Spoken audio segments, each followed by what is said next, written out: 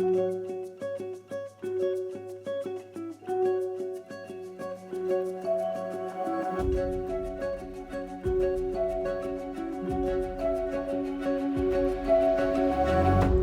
friends, Bruxy here. Welcome to your first highlight reel for the End of Religion study sessions. So I'm so glad that we're investing the time to do this. This first session is entitled Go and Learn, and that is based on the response of Jesus to the religious leaders of his day who were trying to figure out the enigma of Jesus.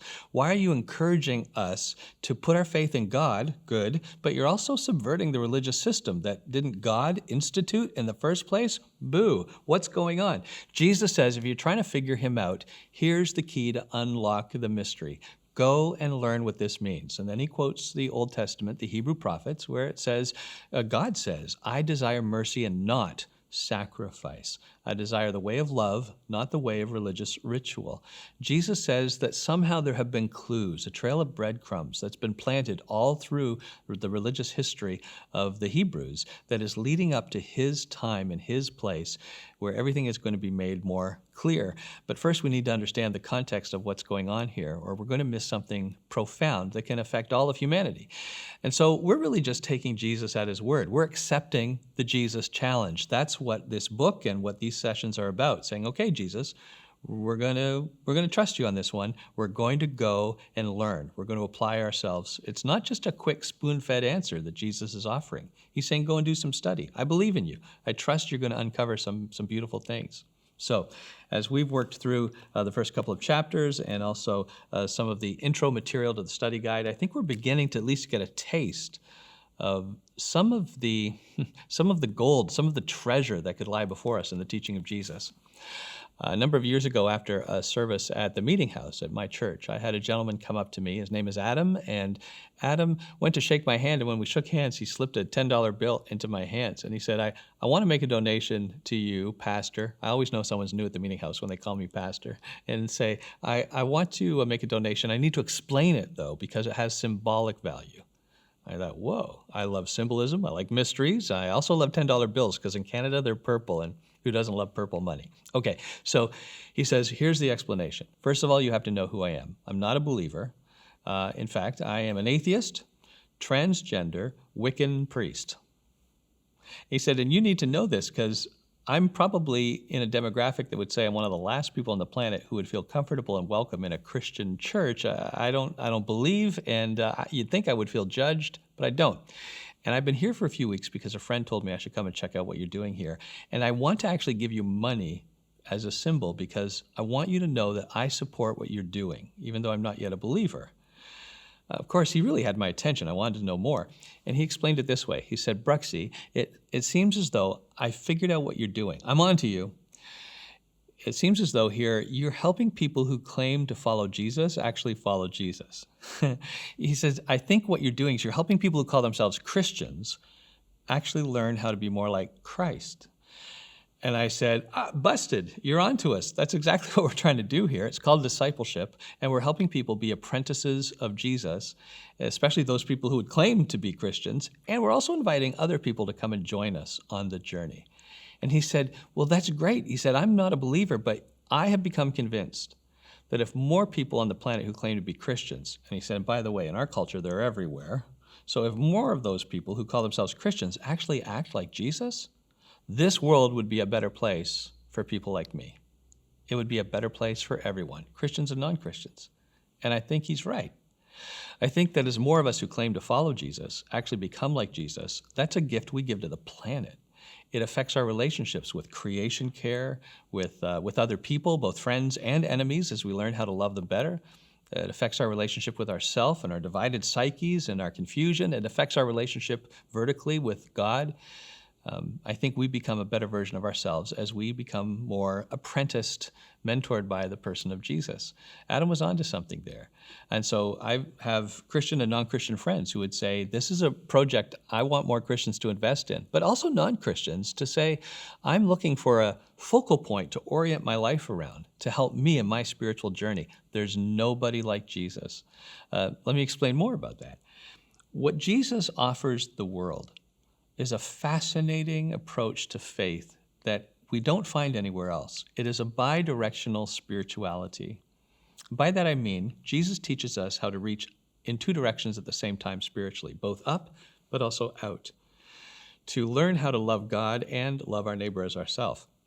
When Jesus is asked by religious leaders, what's the greatest commandment in the Torah, in the Hebrew Scriptures? What's the one greatest commandment? He says, love God with all your heart, soul, mind, and strength. But he doesn't stop there.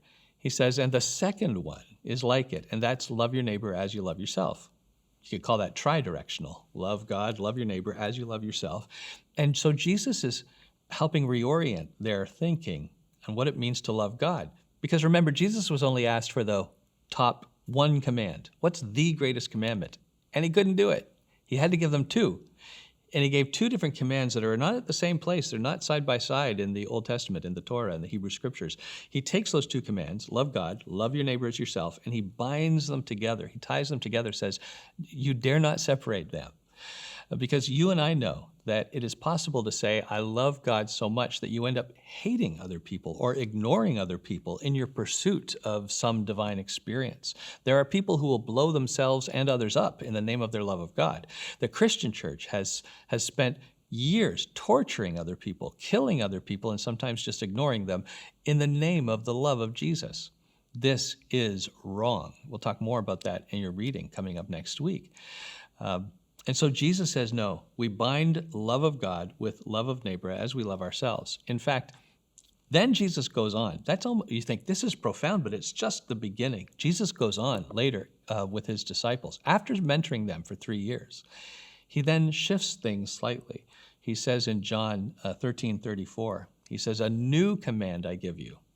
A new command? Oh, why have you waited till now, Jesus? What is it? Here it is. He says, love one another. Well, you've told us that before. But now Jesus adds, love one another as I have loved you. Now he doesn't say love your neighbor as you love yourself, because some of us don't love ourselves very well, even as a starting point. We don't know how to. So Jesus shifts it slightly and says, I want you to love one another as I have loved you.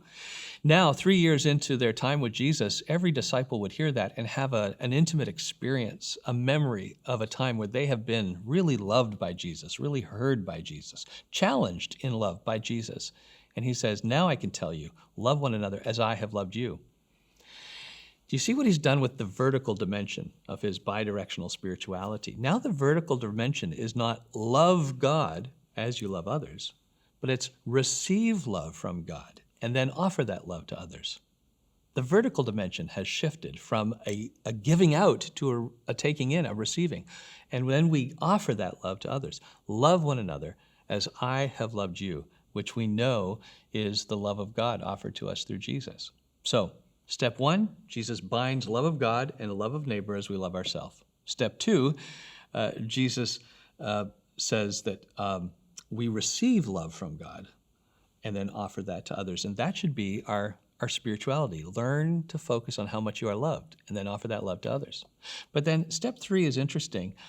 Jesus and then the early church will go on to express love of others as the sole direction, assuming that if you love others well, the love relationship between you and God is taking care of itself. And now that's fascinating.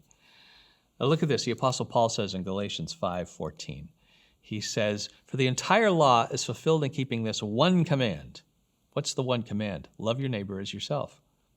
He doesn't say the first command Jesus said, love God with all your heart, soul, mind, and strength, and then adds a second. He goes to the second command and makes the second command the first command.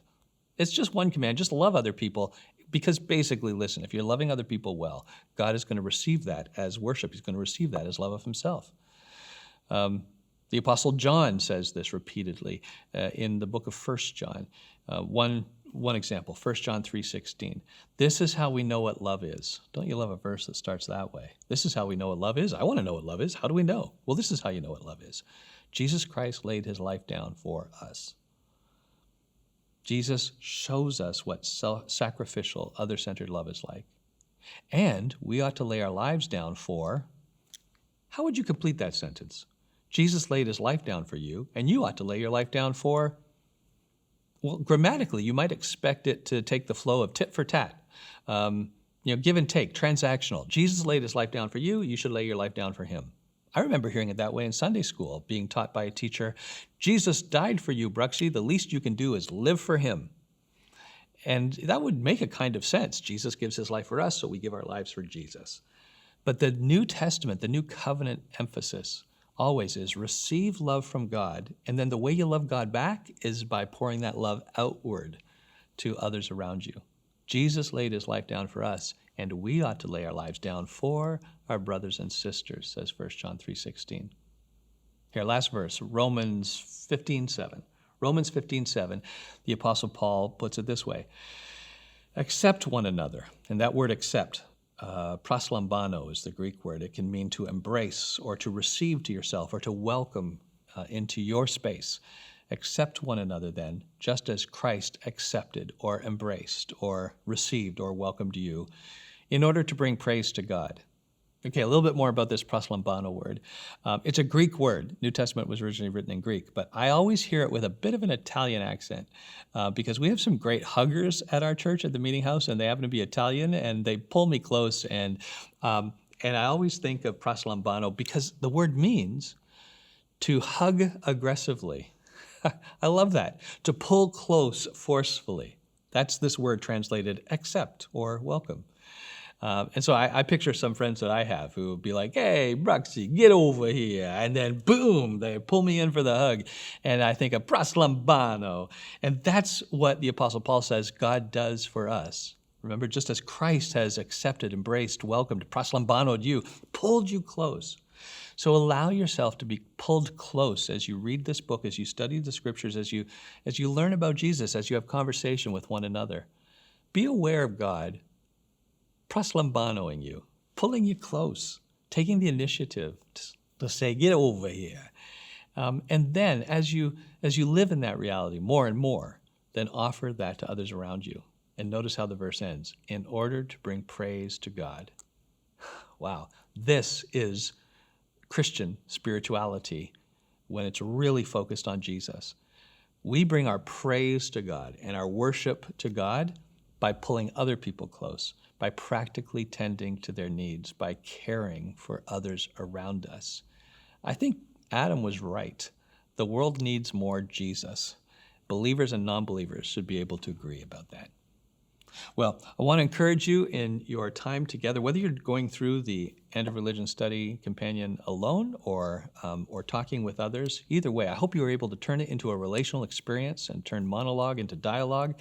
And along those lines, I'd love to be a part of that. If you have any questions for me, pull me into the discussion. I realize that if I stir the pot, I should stick around to clean up the mess. And while I'm sure that you've got other people in your life, or I trust that you do, that you can ask questions of and get into good discussion with, if there's still some loose ends that aren't addressed in the book, then I hope you get in touch with me. With a name like Bruxy Cavey, I've got to be easy to find on social media, right? So hopefully you'll get in touch with any questions, and I live for this stuff. I would love to be involved. All right, I wish you all the best. Grace and peace.